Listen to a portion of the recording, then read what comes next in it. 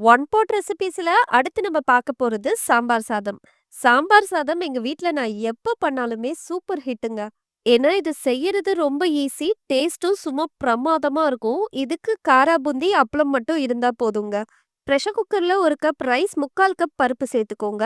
இது கூட நான் பீன்ஸ், கேரட், சௌசௌ சேர்த்திருக்கேன். சின்ன வெங்காயம், பூண்டு, தக்காளி, பெருங்காயம், மஞ்சத்தூள், உப்பு சேர்த்து 4, 5 விசிலுக்கு பிரஷர் குக் பண்ணிக்கோங்க. தண்ணி ஒரு 5 கப் ஊத்திக்கோங்க. இதுக்கு ஒரு மசாலா ரெடி பண்ண போறோம். அதுக்கு சீரகம், மிளகு, கடலைப்பருப்பு, உளுத்தம் பருப்பு, வெந்தயம், தனியா, காஞ்ச மிளகாவ சேர்த்து நல்லா வறுத்து பவுடர் பண்ணி வச்சுக்கோங்க.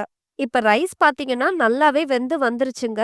இப்ப நம்ப இதுக்கு தாளிப்பு ரெடி பண்ணிக்கலாம். எண்ணெய், கடுகு, சீரகம் சேர்த்து பொரிஞ்சதும் கருவேப்பிலை சேர்த்துக்கோங்க. அரைச்ச மசாலாவ சேர்த்து மிக்ஸ் பண்ணிட்டு, ஒரு சின்ன லெமன் சைஸ் புளிய கரைச்சு சேர்த்துக்கோங்க. தண்ணி ஊத்திக்கோங்க. நான் 1 கப் அளவுக்கு தண்ணி சேர்த்திருக்கேன். நல்லா கொதி வந்ததும், இப்ப இத அப்படியே ரைஸ்ல சேர்த்து நல்லா மிக்ஸ் பண்ணி குடுங்க.